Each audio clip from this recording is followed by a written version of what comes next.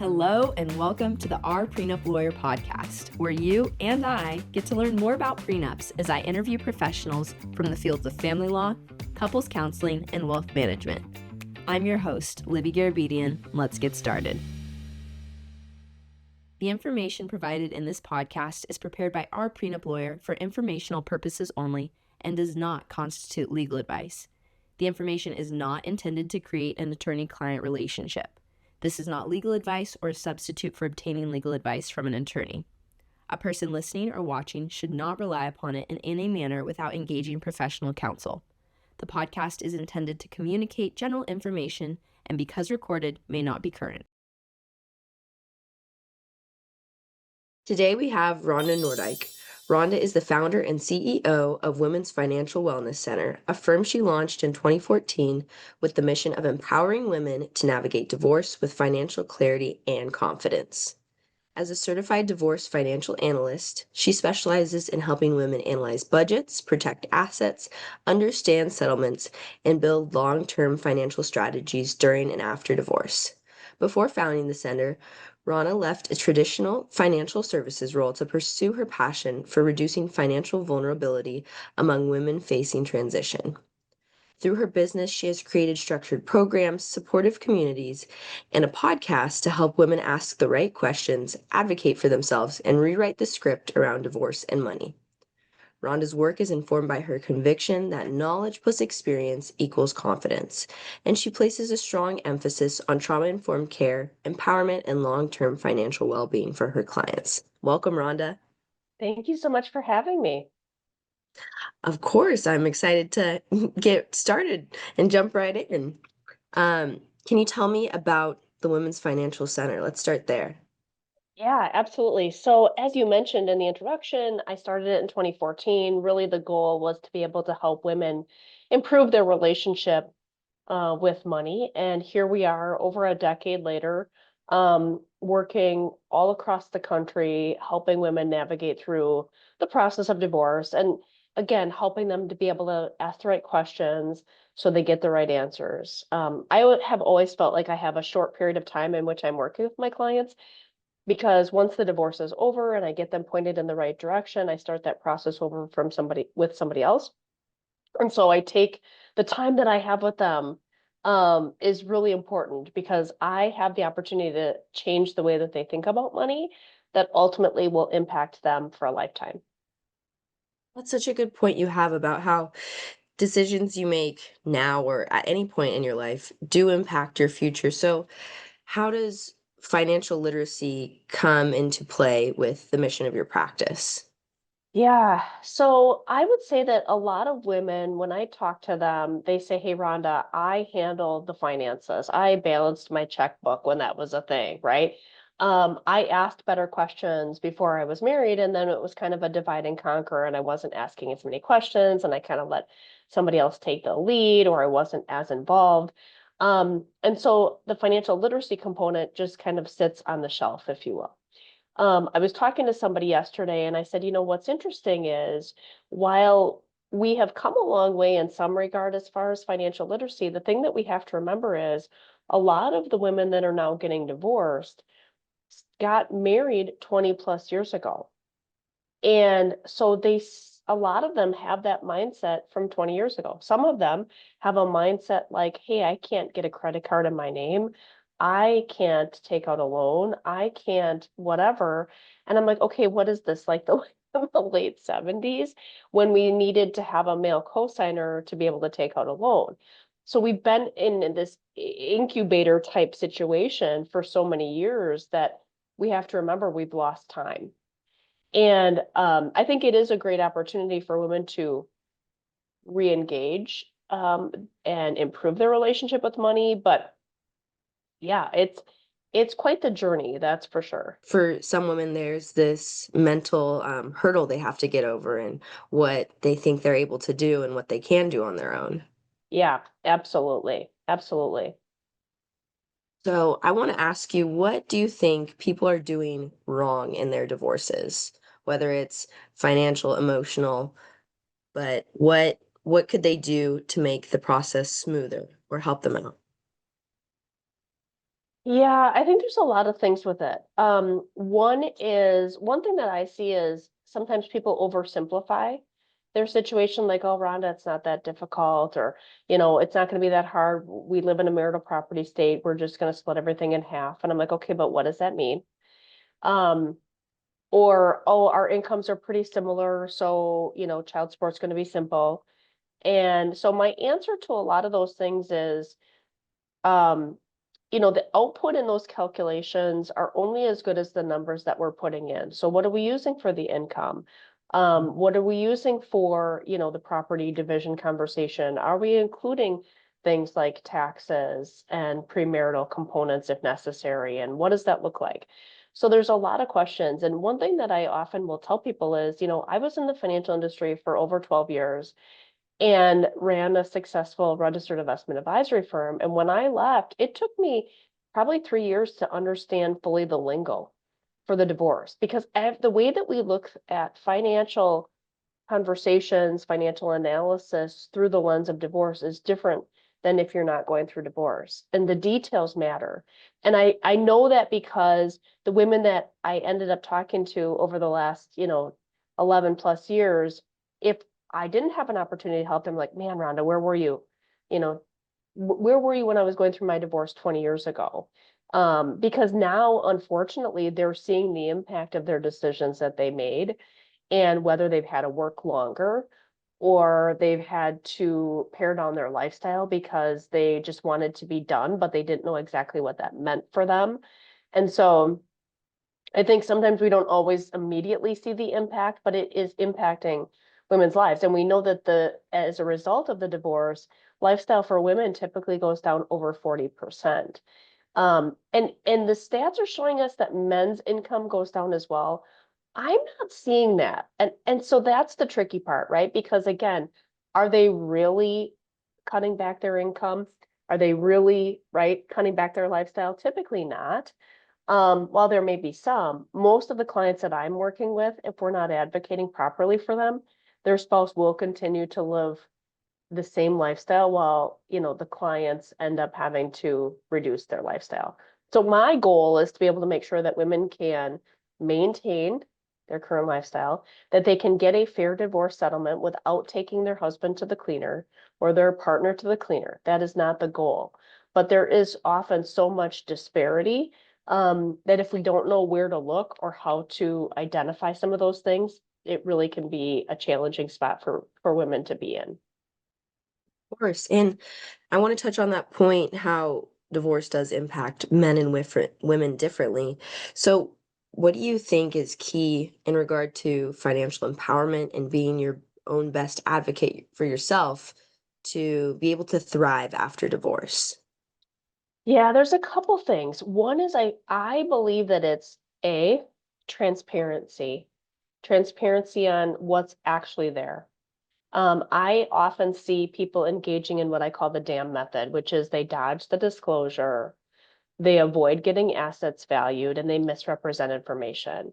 And as much as we like to think the court system is there to be able to enforce those things, I, just speaking from experience, have never seen any of my clients, soon to be exes, end up in jail because they lied on their financial disclosure statement. Like it's just not happening.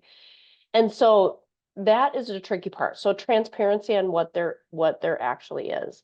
The other challenge that I see as far as that lifestyle going down is women saying, I'll be fine, I'll figure it out, and I just want to be done.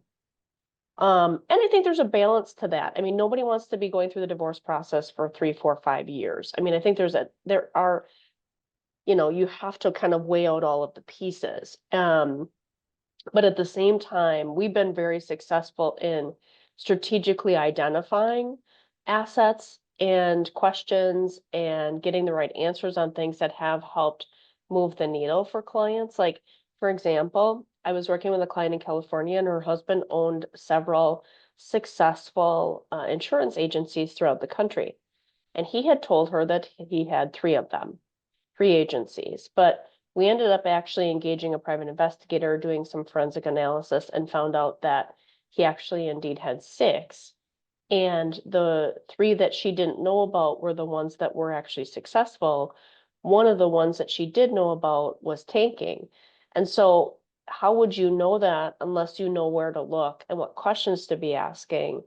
Um, and so we were able to identify, and that was significant because had we not identified that, he would have been, hey, I've got these three agencies, the one's tanking. He's not wrong, but it's not the whole picture. Not the whole story. And so we've been really, really instrumental in moving the needle. I mean, in fact, over the last decade, I personally have been able to help move over $25 million into the hands of women that otherwise would have been left on the table.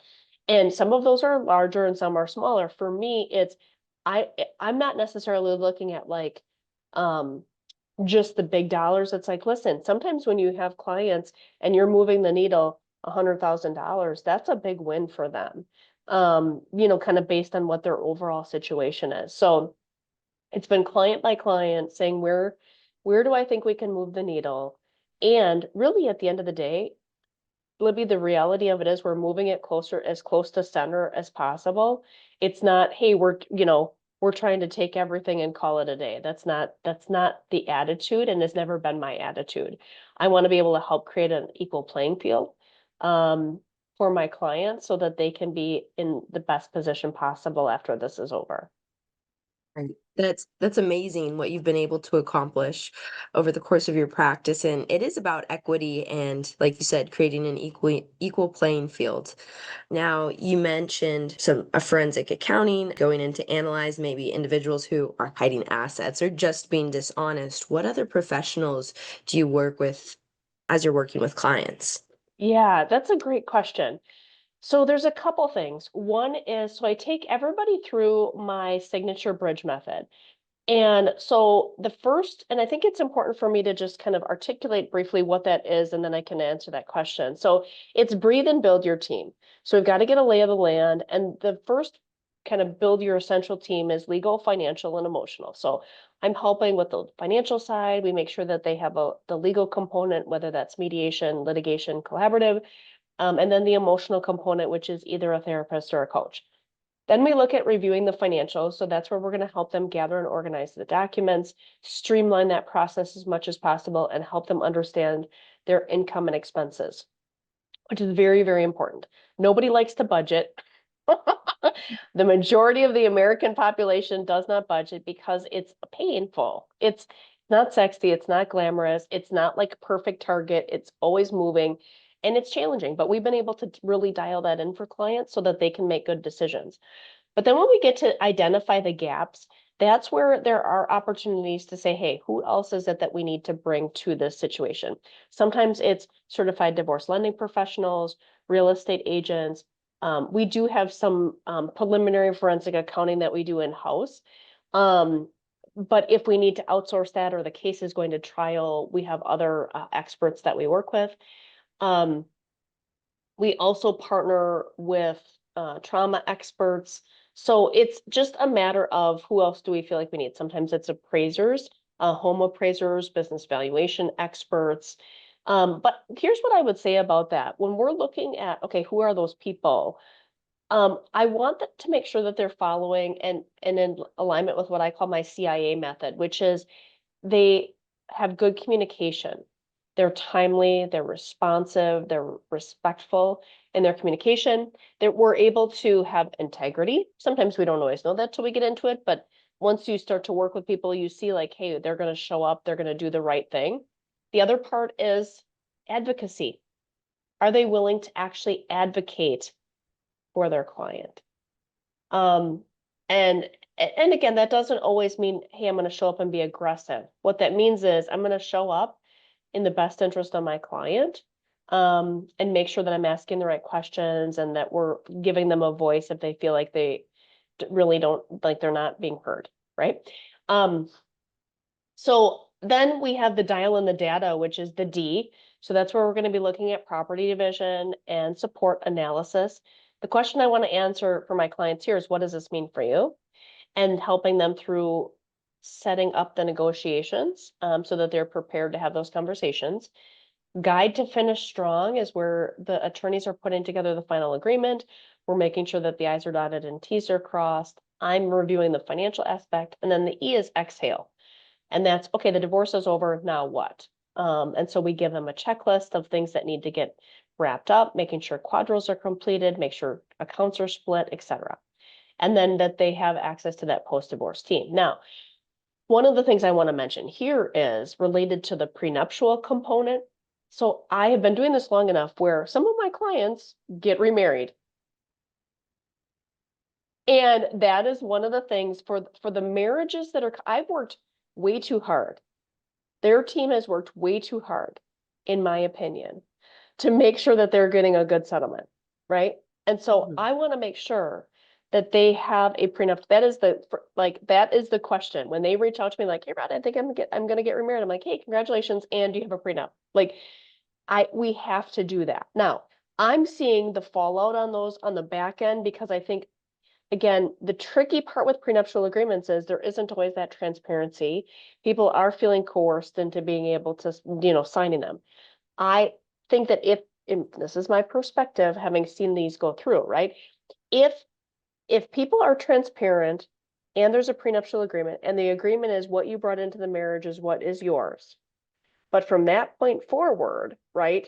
Hey, we're going to create this relationship, have assets that are shared, etc. That's clear. What ends up oftentimes happening though is people are like, well, we have a prenup and what's mine is mine and what's mine is mine and what's yours is mine and and it's just they use it as the fast pass to try to get everything. And it's like that's not exactly the intention behind how those are supposed to work. It's not, hey, I'm going to leave you high and dry and now you're on government benefits. And oh, by the way, I'm over here with a multi-million-dollar estate because you signed this agreement. Like that's not helping our society and it's not helping the individual. So there is a component of that we work really hard to get them through that process, knowing that, hey, if you decide you're going to go down this path, and of course they all say, I'm never going to do this again. And here we are, right? They do. And they should, that's great. But again, making sure that what they have as a result of that relationship is protected so that in fact, if they do end up getting divorced a second time, it's protected and they're able to leave a legacy, for their children. Right. No, that's such a good point you bring up, especially, you know, all the work you and your team are doing to ensure that they're set for life when they've undergone all this hard work. And if it's not protected, then they're going to have to go through it again. It's even going to be even more devastating. Yeah.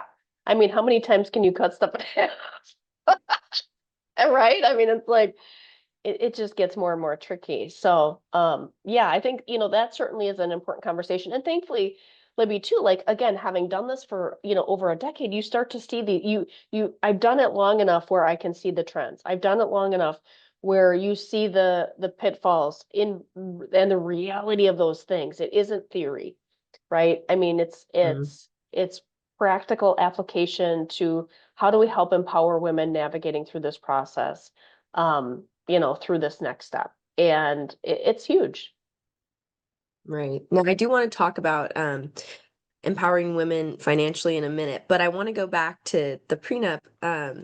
Have you ever run into a prenup in your own practice where um, they're going through the divorce and one spouse doesn't want to uphold the terms or is trying to contest it, even though it might be a very equitable document? Yeah, absolutely. I would say the majority of the time they get challenged. Yeah. And it's 50-50. Like it is a total crapshoot on if it's going to get upheld or not. And it's hard because I think the biggest thing that I'm seeing is the argument that it's unconscionable. And I'm like, okay, but how do you define that? Like, it seems a little bit ambiguous to me. Um, and it's hard because, again, they did sign them. Whether they were coerced to signing them is a whole separate conversation, but, they did sign them. The tricky part and where I think the CDFA role comes in a lot of these types of situations is to figure out, okay, we need a really clear baseline of what those assets were at the time of marriage, right? And what they are now, and a tracing of, okay, what was truly separate, what is marital, and dividing that stuff out. But a lot of times people don't have the documents. They're not keeping the statements from 10, 20 years ago. And so now we're in a pickle. So it's tricky. I mean, I like the concept of the prenuptial agreements, and of course, I'm an advocate for it for my clients, but I definitely want to, I think there's some of those older prenuptial agreements, um, they're tricky. I think there's a better way to do it that really honors both of the parties and doesn't leave one person literally homeless with no money, no assets. Like that just doesn't feel, I don't know, it just doesn't feel good. Right. They should be serving as a tool that's, you know, like marriage insurance for each person. It shouldn't be one-sided. I totally agree with that. And if there was a way to do it, right, which I'm assuming that there is, that's awesome, right? But not enough people are doing it. They're using it as a tool to control, manipulate, and leave the other person with as little as possible. And it's not good. Right. So how have you seen your clients, I guess, thrive after divorce when you've given them these tools to be financially empowered and improve their financial literacy so that they can really succeed on their own? I love this question. And thankfully, I've been doing it long enough that I've had the opportunity to see some of these really amazing success stories. There's one that comes to mind that I actually helped early on, and she went on to actually start a business. So she and her husband owned a karate studio together. When they divorced, he kept the business. But that was all she really knew, right? From the time she was probably 18 or 19 years old, was running a karate studio because that's what they did together. And he had an agreement where she couldn't be within X amount of miles. I think it was like 10 miles. So she actually started a business like 11 miles from them, um, and has been amazingly successful. She's gone on to get remarried. Her kids are super healthy and thriving, which during the divorce, that was not necessarily the case. And so it's just been super fun to watch her, move forward into running her own business and being really successful. There's been others that have gone on to, I've got another one who is a chiropractor. She was a stay-at-home parent, went through divorce, doesn't necessarily actually have to work, but wants to work. And so she started her own practice, is renting her own space, has her own clients, and is doing it because she's passionate and wants to be able you know, to serve people. Um, I think the biggest thing that I would say, Libby, is for my clients, they have choices. They have choices. Do they want to, keep the house? Do they not? Do they want to move to another place? Do they, if they have to go back to work in some form or fashion, what do they have to do? And I think a lot of times people, for example, think I have to go back to work full time, and but sometimes when we crunch the numbers, it's like, no, you actually only have to make $2,000 more a month because you've got money coming in from support or proceeds from investments or whatever. What could you do for $2,000 a month? And then they're like, oh, I don't have to work full time. So now they can start to make empowered decisions. But I've never had a client that's homeless. I've never had a client that's had to live in a bad neighborhood, unsafe neighborhood for their family. It's not happening. And again, it's because when you are experienced and you know what questions to be asking and how to help surround them with the right team of people, the outcome is better. Doesn't mean that getting to that outcome is easy by any stretch of the imagination, right? It is really, really challenging, but we're setting the women up for success. And they're realizing that they don't have to know everything. What they have to be able to do is just ask really good questions and surround themselves with people that can help them answer those questions. And I've helped build their confidence to be able to do that. And so that is something that they're going to be able to take with them well after the divorce is over.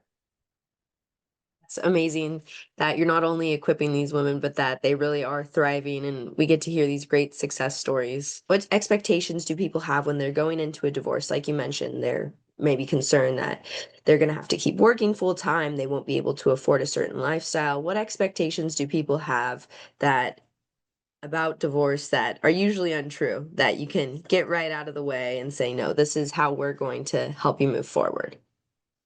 Yeah, I mean, I think again, a lot of times a narrative that they have been told from somebody else.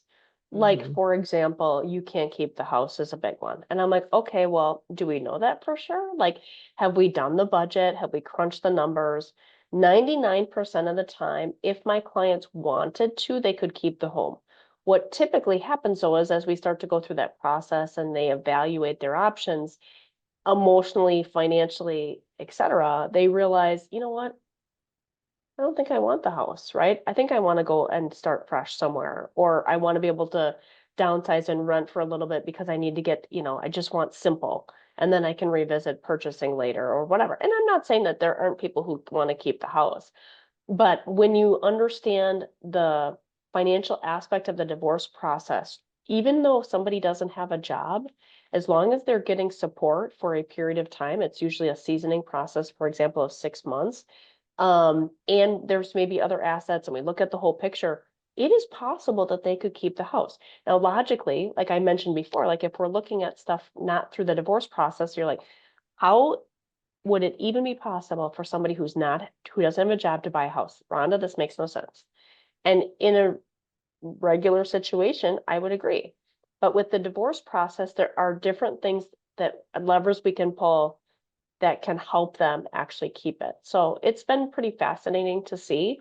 But that's just one of the many things. Ron, I'm going to have to go back to work. I'm not going to be able to keep the house. My husband's, telling me this narrative about XYZ, and usually it's not true. Obviously, divorce impacts women differently than it does men. What are the financial implications for a gray divorce or someone, having this later in life divorce? Yeah, I mean, I think there's a couple things with that. One is just the longevity of experiencing change after so many years. The runway to be able to save for retirement is shorter. There can be some bias in a sense of they may say, hey, well, your soon to be ex is, 62 and he's not really going to be working that much longer and you're younger than he is, so you could be working. Like it is a whole different dynamic as people are either closer to or in the midst of retirement. If they're in retirement, they may be on a fixed income. So then the question is, how do we handle that?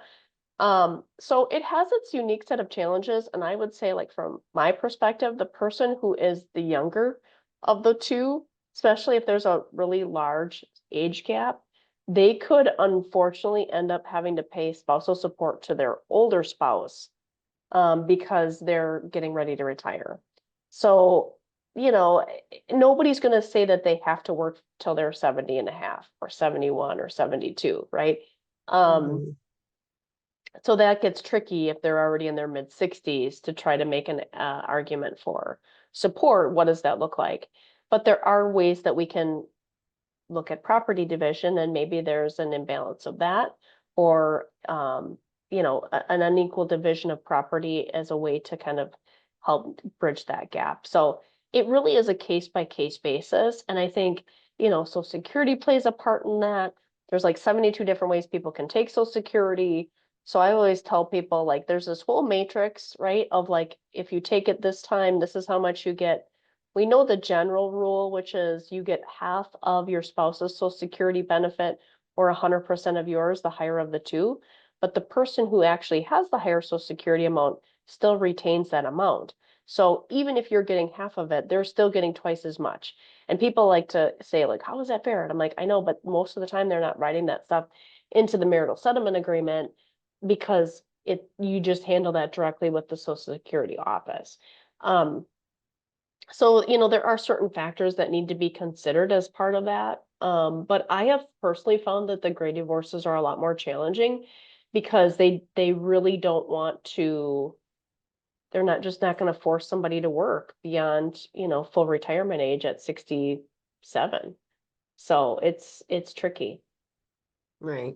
Obviously, no one plans to get divorced or anticipates it when they're getting married, but how do you think couples can establish healthy financial boundaries within their relationship so that, they are protected or at least they have some autonomy over their own finances? Yeah, I think that there's a couple things. I mean, one is we know what the red flags are as far as financial manipulation and control, right? Which is, oh, well, you can only get to information if you have the two-step authentication, or everything's not in their name or whatever. It's hard to set those boundaries, and I totally get that.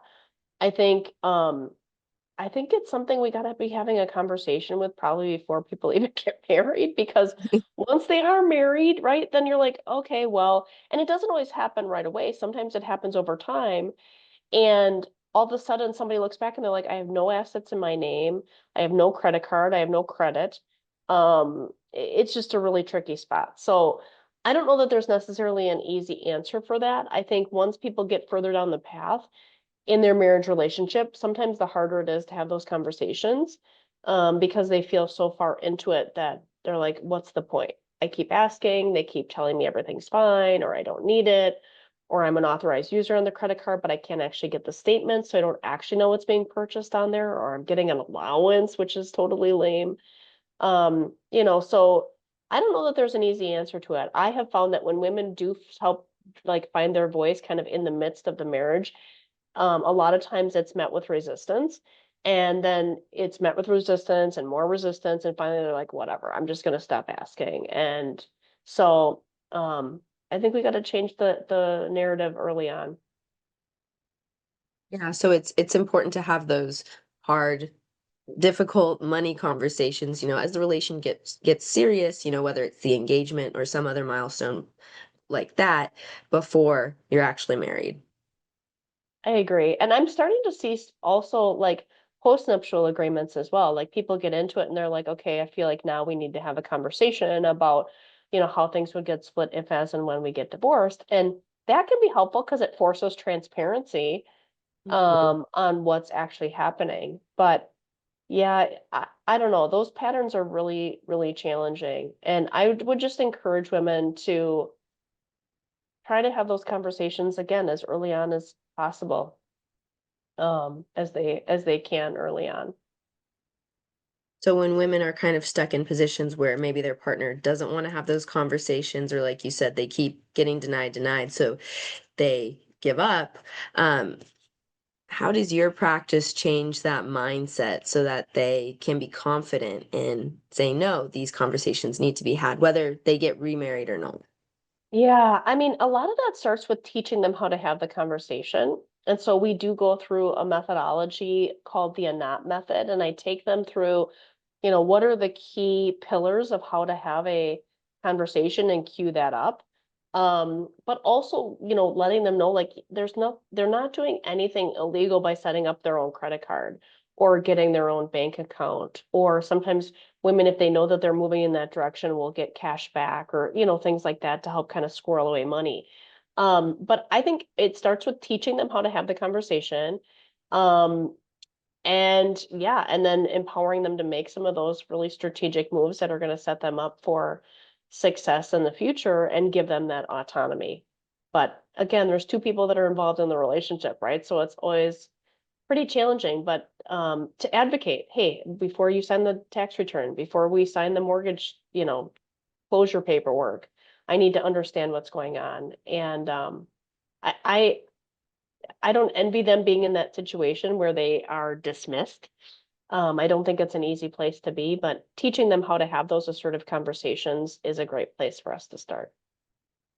Can you walk us through what the pillars of that conversation are and what it might look like as it plays out? Yeah, so the ANOT method is starts with acknowledge, some gratitude, naturally is the N, obviously is the O, and then the T is the ask. So basically what we do there is we say, so rather than going in and saying, hey, can I get my own bank account? You could say, hey, I just want to thank you for, heading up the financial stuff. It really, it helps that one of us is taking the lead. I know that you're super passionate about it or whatever. Just something really simple and yet authentic of gratitude. Then we say naturally I, because we always start with ourselves because that's just the reality of how people think anyway. So it's, hey, naturally, I want to make sure that, I have access to funds, or naturally, I want to make sure that I have some autonomy, or naturally, I fill in the blank, right?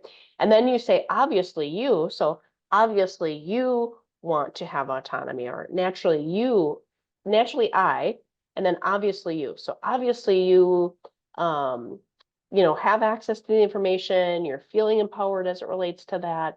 And so you kind of point out the obvious. There's nothing like super heavy that's part of that. You're just kind of like wanting to get the buy-in, like, that is important to me, right? And then you do the ask. So the ask could be, naturally, I am feeling overwhelmed and really want to be able to take a more active role in the finances. I'd love to be able to have my own account. Obviously, I know that's important to you as well. The ask would be, would you be open to me, setting up a separate account? Or would you be open to adding me, not just as an authorized user, but as a joint owner on the credit card? So it just feels like a really organic conversation. And as I was learning some assertive communication skills over the years and I've been teaching my clients to do it, I mean, I will map that out and then have it handy. And sometimes it's you're sending it in an email or a text message, or you're having the conversation in person. All of those things I think are really important, but just having a game plan on how you're going to address it. And sometimes it's the small things you can use it for too. It doesn't have to be the big stuff, right? Like you just want to try to move the needle in small incremental ways so that when you look back, you're like, holy cow, look at this. I've got this set up. I've got this set up. I've got this set up. And they're not feeling threatened or overwhelmed by your ask. Right. That's a great formula that you have. And I think that the way it's set up to acknowledge, what your partner is doing, explaining your needs, also acknowledging their needs and not being confrontational in any way, that is also just essential to any healthy relationship dynamic. So I mean, anyone can use that for a variety of things. Absolutely. Yeah, absolutely. And that's the plan. That's the goal, right? Is like, yes, it applies in this situation. They can use it with their attorney, communication, setting boundaries around communication. They can use it with their team. They can use it, with their job. There's just so many opportunities to use that. And I have used that diligently for 10 years, and I'm so glad because it's made a huge difference. Yeah. Now, before we wrap up, I want to ask you about your podcast, Divorce Conversations for Women in Business. What kind of impact have you seen since you started this? So it's been pretty cool. We started the podcast 7 years ago, and really wanted to be able to just have authentic, real conversations, challenge the status quo a little bit, have some fun. And yeah, it's been really successful. We have over 200 episodes. People are listening to it. And then, when I'm reaching out, they're like, oh my gosh, I recognize your voice. I'm like, that's awesome. So we have a couple solo episodes sprinkled in. The majority of them, I'm doing interviews with people. But it's been really, really successful in just meeting women where they're at and giving them insights and tools and some good energy. I feel like people, once they start listening to it, they're like, oh my gosh, I need to binge these because um yeah, it's just been really great. We've got great guests, great content, and just, yeah, conversations, which is so important. Yeah, it seems like you're having a lot of those conversations that individuals might not be having on their own, or they're too afraid to Yes. have, or don't know where to turn to, and so you're a great resource for them. Yes, absolutely. That's amazing. Now, I want to thank you for your time and for being on the episode. And before we go, if listeners are interested in reaching you, what's the best way to connect? Yeah, absolutely. So they can reach out on my website, wfwcdivorce.com. There is a resource tab that has all kinds of resources, including being able to access the podcast. And so would love for them to reach out and, yeah, take advantage of some of the resources that we have on our website. Great. And that will be included in the episode notes, so anyone can get it from there. But thank you so much. Yeah, thank you so much for having me. It was a real pleasure to be able to talk through some strategies and tools that hopefully will really benefit your listeners. And I think it definitely will. Thank you.